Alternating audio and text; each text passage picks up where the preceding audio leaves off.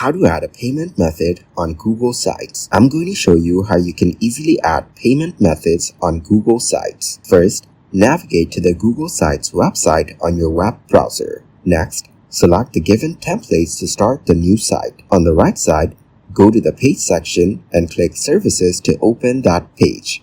Now, go to the Insert section on the right side menu. Here, find and click the Forms option by scrolling down. Click the Untitled form to start, or you can go to the New tab. Search for the Google Forms website and visit the first link. Now, start a new form and enter all the required questions. After completing the form, click the Send button on the top bar.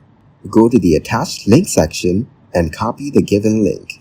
Then, open the Google Sites website to paste this link. Click the Embed button on the right side.